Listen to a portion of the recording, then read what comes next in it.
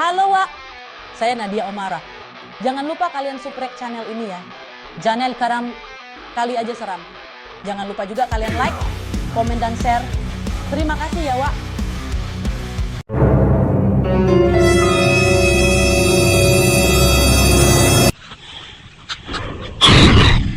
Kali Aja Seram.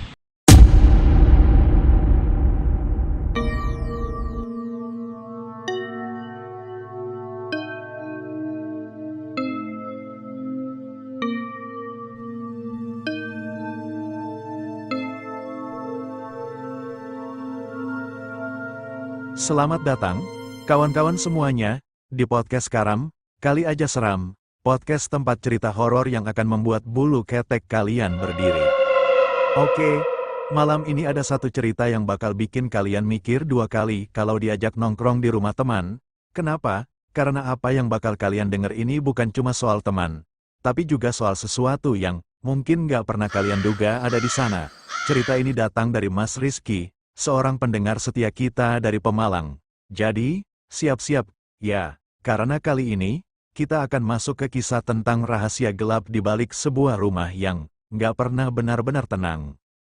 Kawan-kawan, kunci pintu kalian rapat-rapat, matikan lampu, dan, seperti biasa, pegang kata kuncinya, Kali Aja Seram. Buat kamu yang lagi nganggur, kamu bisa daftar Maxim aja, lumayan buat tambahan. Buat yang mau daftar, tanpa SIM bisa, kendaraan lama bisa, langsung jadi, langsung bisa dipakai untuk narik. ADM-nya 50.000 aja. Hubungi WhatsApp 08228399989955. Setelah Bapak tiada, selamat datang kawan-kawan semuanya di channel Karam Kali Aja Seram. Terima kasih sudah mampir dan mau dengerin cerita seram kita kali ini. Nah, episode kali ini ada cerita dari Mas Rizky yang berasal dari Pemalang. Ceritanya terjadi di tahun 2014, sebuah pengalaman yang bikin bulu kuduk berdiri sampai sekarang. Jadi, waktu itu Mas Rizky tiba-tiba dapat kabar dari temannya, Mas Aldo, nama samaran, kalau bapaknya Mas Aldo meninggal dunia. Kaget dong, karena kabar itu datang mendadak banget. Tapi tunggu, ada cerita yang lebih bikin merinding di balik kabar itu. Latar belakang, Mas Aldo ini punya keluarga yang bisa dibilang agak rumit. Orang tuanya sudah bercerai sejak lama. Meski begitu, Mas Aldo tetap dekat dengan kedua orang tuanya. Dia tinggal bareng ibunya, tapi sering nongkrong di rumah bapaknya. Bahkan, Mas Rizky dan teman-teman lainnya, termasuk Mas Herman teman satu tongkrongan, juga lebih sering nongkrong di rumah bapaknya Mas Aldo. Kabar duka hari itu, Mas Rizky ditelepon Mas Aldo, nada bicaranya berat. Ki, bapakku meninggal, innalillahi, kapan, Do? Nggak tahu, pokoknya udah ada kabar aja, kalau sempat, sini ya. Dengan perasaan gak enak, Mas Rizky langsung ngajak Mas Herman untuk pergi ke rumah bapaknya Mas Aldo.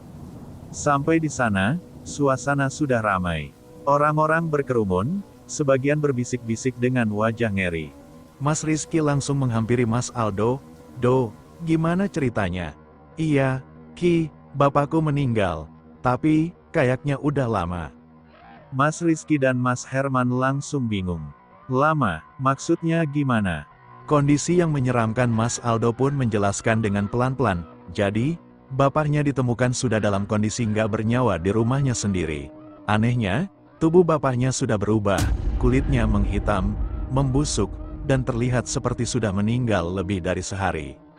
Kondisinya nggak bagus, Ki, udah hitam semua.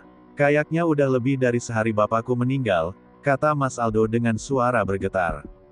Mas Rizky dan Mas Herman hanya bisa saling pandang. Suasana makin mencekam, mereka nggak tahu harus berkata apa. Yang jelas, mereka merasa sesuatu yang nggak biasa terjadi di rumah itu. Keanehan di rumah. Malam itu, setelah pemakaman selesai, Mas Rizky dan Mas Herman diminta menginap di rumah bapaknya Mas Aldo. Awalnya mereka menolak, tapi karena Mas Aldo kelihatan sangat terguncang, akhirnya mereka setuju. Baru jam 10 malam, mereka mulai merasa ada yang aneh. Bau busuk yang tadi sempat hilang tiba-tiba kembali tercium di ruang tamu. Padahal jenazah sudah dimakamkan. Mas Herman yang duduk di sudut ruangan tiba-tiba merasa seperti ada yang mengawasinya. "Ki, kamu ngerasa nggak sih?" tanya Mas Herman pelan. "Ngerasa apa?" "Kayak ada yang berdiri di pojok itu." Mas Rizky melirik ke arah yang dimaksud. Kosong, tapi hawa dingin mulai merayap. Dan tiba-tiba, terdengar suara berderak dari arah dapur, seolah ada seseorang yang sedang berjalan. Tapi saat mereka cek, nggak ada siapa-siapa. Sampai pagi, Mas Rizky dan Mas Herman nggak bisa tidur. Kejadian malam itu bikin mereka bertiga, Mas Aldo, Mas Rizky, dan Mas Herman, yakin kalau ada sesuatu yang belum selesai. Cerita ini jadi salah satu pengalaman paling seram yang pernah dialami Mas Rizky. Apakah benar hanya sekadar kematian mendadak, atau ada cerita lain yang lebih kelam di baliknya? Bagaimana menurut kalian, kawan-kawan? Apakah ada pesan yang belum tersampaikan dari almarhum bapaknya Mas Aldo, atau memang ada hal-hal gaib yang ikut terlibat? Mari kita lanjut. Malam itu berlalu dengan penuh kecemasan. Mas Rizky, Mas Herman, dan Mas Aldo memutuskan untuk tidak banyak membahas suara-suara dan bau busuk yang mereka alami. Namun, mereka tahu bahwa ada sesuatu yang tidak beres di rumah itu. Keesokan harinya, setelah sarapan, salah satu tetangga bapaknya Mas Aldo datang berkunjung. Sebut saja Pak Surya, dia orang yang cukup akrab dengan bapaknya Mas Aldo semasa hidup. Tapi, apa yang Pak Surya katakan malah menambah rasa ngeri. Kisah dari tetangga Pak Surya bercerita bahwa sejak beberapa hari sebelum bapaknya Mas Aldo ditemukan meninggal, ada hal-hal aneh yang terjadi di sekitar rumah itu. "Saya dengar suara orang berjalan di malam hari. Tapi anehnya, setiap kali saya tengok, rumah bapakmu itu gelap, nggak ada lampu yang nyala," ujar Pak Surya sambil melirik ke arah Mas Aldo. "Suara apa, Pak?" tanya Mas Rizky penasaran. "Kayak langkah berat, tapi kadang juga ada suara benda jatuh, seperti piring atau gelas. Saya pikir bapakmu lagi ada tamu." Tapi ternyata, Pak Surya tidak melanjutkan. Pak Surya juga mengaku melihat sesuatu yang membuat bulu kuduk berdiri. "Waktu itu, jam 2 malam, saya lewat depan rumah ini. Saya lihat ada bayangan berdiri di jendela ruang tamu. Saya kira itu bapakmu, tapi bayangannya aneh, tinggi sekali, lebih besar dari tubuh manusia biasa." Mendengar cerita itu, Mas Aldo langsung pucat. Dia ingat sesuatu yang pernah dikatakan bapaknya beberapa minggu sebelum kejadian ini. "Pesan terakhir dari Bapak, Do, kamu hati-hati kalau di rumah sini. Kadang aku dengar suara-suara aneh, seperti ada yang ngintip dari luar jendela," kata bapaknya waktu itu. Mas Aldo, yang menganggap itu cuma hal biasa, hanya mengangguk dan tertawa kecil.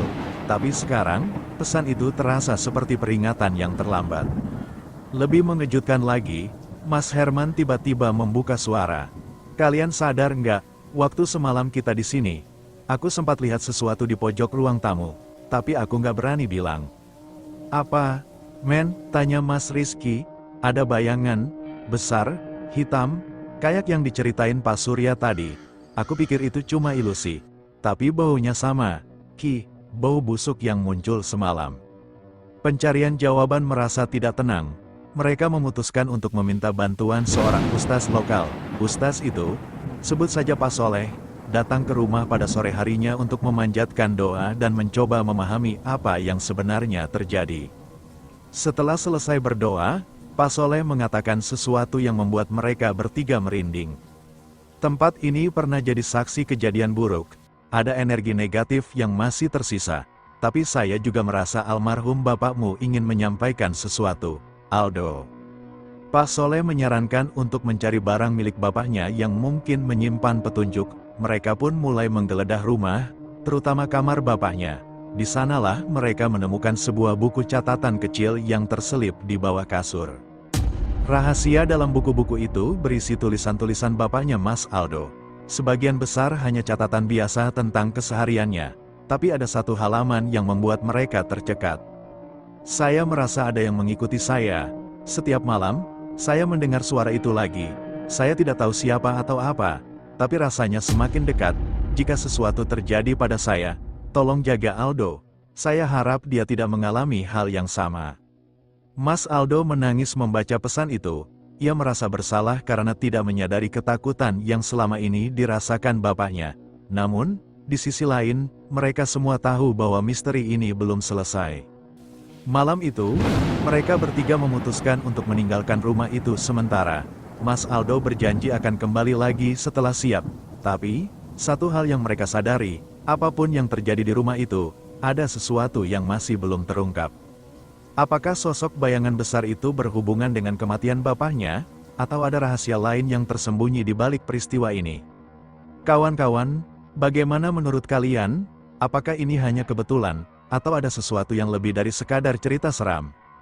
Mari kita kupas. Setelah beberapa hari, Mas Aldo memutuskan untuk kembali ke rumah bapaknya bersama Mas Rizky dan Mas Herman.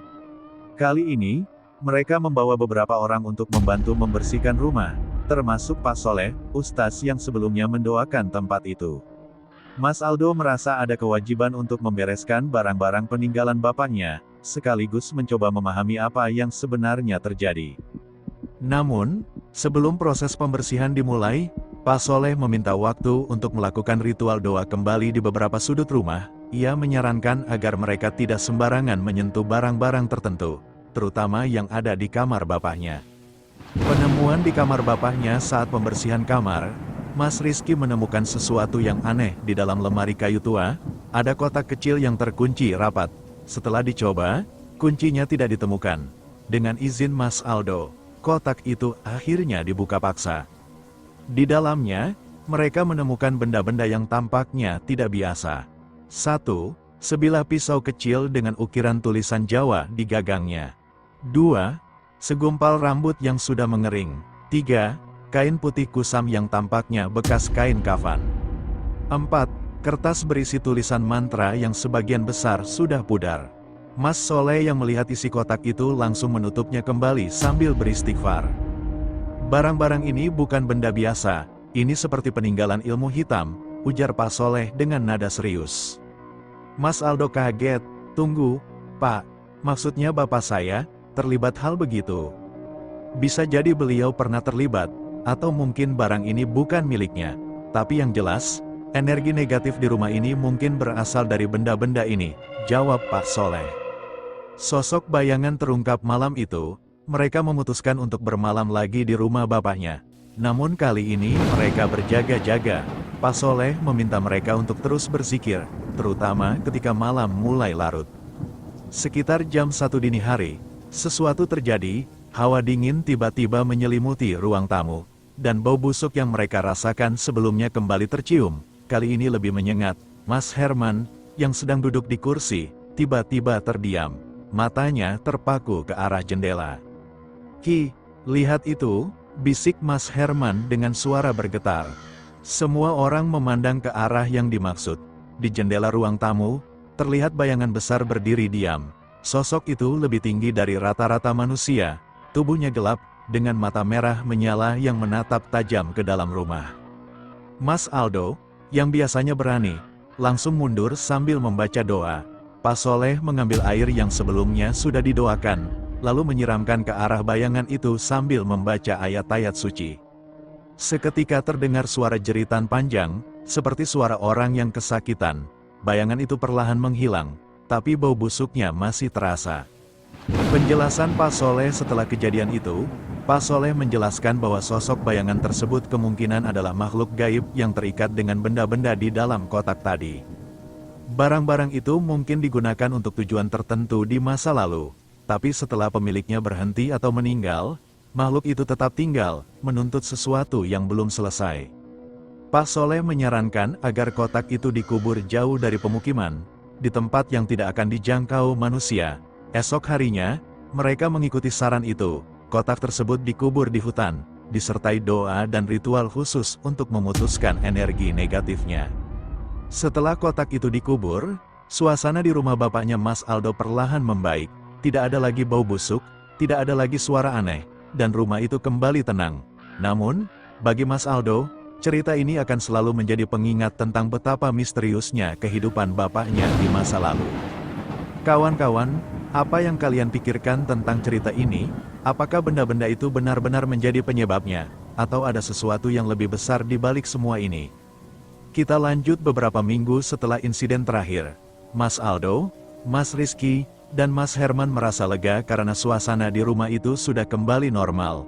Mas Aldo bahkan mulai berencana untuk menjual rumah tersebut agar ia bisa menutup bab kelam yang menyelimuti kehidupannya. Namun, takdir berkata lain. Pesan dalam mimpi suatu malam, Mas Aldo bermimpi. Dalam mimpinya, ia melihat sosok bapaknya sedang duduk di ruang tamu rumah itu. Wajah bapaknya terlihat murung, seperti sedang memikirkan sesuatu. "Aldo, jangan buru-buru, ada yang belum selesai," ujar bapaknya dalam mimpi. Mas Aldo terbangun dengan napas tersengal. Ia tidak bisa mengabaikan mimpi itu. Ada rasa bersalah yang tiba-tiba muncul.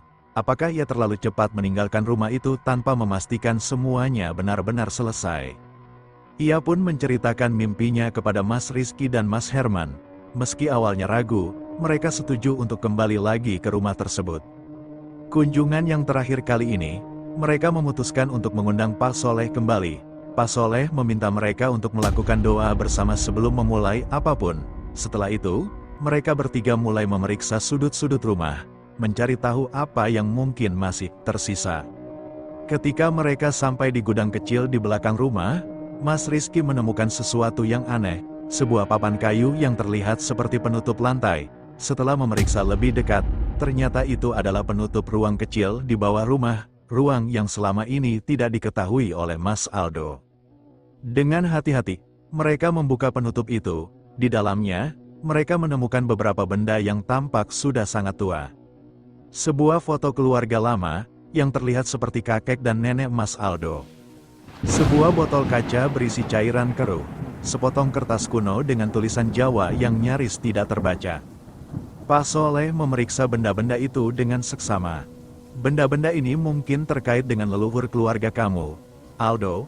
Saya rasa ada sesuatu yang diwariskan secara spiritual, tapi mungkin belum diselesaikan dengan benar," ujar Pak Soleh. Ritual pemutusan. Pak Soleh memutuskan untuk melakukan ritual pemutusan secara lengkap. Ia meminta izin kepada Mas Aldo untuk membawa benda-benda itu ke tempat yang aman, di mana ritual tersebut bisa dilakukan tanpa mengganggu siapapun. Sebelum meninggalkan rumah, Pak Soleh menyampaikan satu pesan penting. "Aldo, kalau ada mimpi lagi, jangan abaikan. Kadang, leluhur kita ingin berkomunikasi untuk menyampaikan sesuatu." Setelah ritual selesai, Mas Aldo merasa beban besar yang selama ini mengganjal akhirnya terangkat. Ia tetap memutuskan untuk menjual rumah itu, tapi sebelum rumah itu dilepas, ia dan teman-temannya doa bersama terakhir sebagai bentuk penghormatan. Beberapa bulan kemudian, rumah itu terjual. Mas Aldo memulai hidup baru, tapi cerita tentang rumah bapaknya dan misteri yang mengelilinginya tetap menjadi bagian tak terpisahkan dari hidupnya. Bagaimana menurut kalian, kawan-kawan? Apakah mimpi itu benar-benar pesan dari leluhur?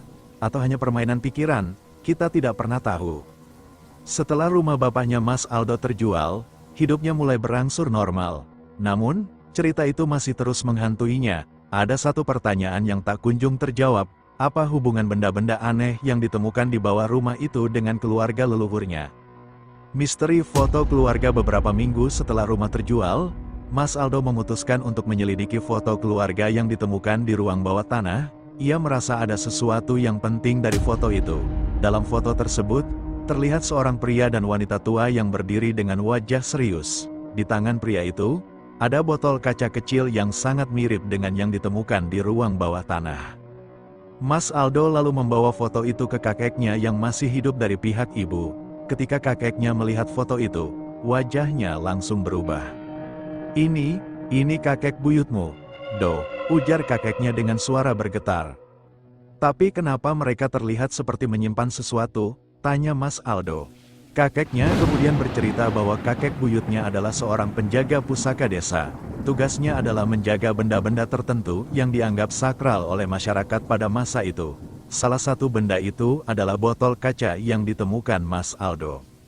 Rahasia botol kaca. Menurut cerita kakeknya, botol itu bukan botol biasa. Di dalamnya terdapat air yang sudah didoakan dan dipercaya memiliki kekuatan untuk mengunci energi negatif atau makhluk gaib yang berbahaya.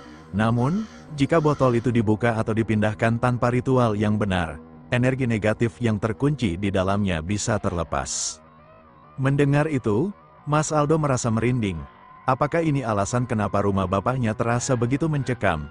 Mungkinkah botol itu sempat terbuka di masa lalu, melepaskan energi yang akhirnya menghantui rumah tersebut? Pesan dalam mimpi kedua beberapa malam setelah mendapat cerita dari kakeknya, Mas Aldo kembali bermimpi tentang bapaknya. Kali ini, sosok bapaknya terlihat lebih tenang. Dalam mimpi itu, bapaknya hanya berkata singkat, "Terima kasih, Do, jaga dirimu." Mas Aldo terbangun dengan perasaan lega. Ia merasa bahwa apapun yang menghantui rumah itu akhirnya sudah selesai. Mas Aldo menyimpan foto keluarga itu dan botol kaca tersebut di tempat yang aman. Ia memutuskan untuk tidak membuka botol itu lagi dan meminta bantuan Pak Soleh untuk melakukan doa penutup. Meskipun cerita ini berakhir dengan damai, tersebut meninggalkan pelajaran besar untuk Mas Aldo dan teman-temannya. Kawan-kawan, cerita ini mengajarkan kita bahwa kadang-kadang ada warisan dari masa lalu yang tidak kita pahami, tapi harus kita hormati. Bagaimana menurut kalian? Apakah kalian percaya bahwa energi dari masa lalu bisa memengaruhi kehidupan kita saat ini? Sampai jumpa di cerita berikutnya, hanya di Karam Kali Aja Seram. Kalam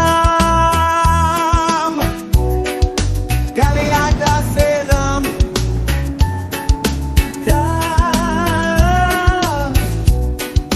Kali Aja Seram. Kali Aja Seram. Kali Aja Seram. Kalam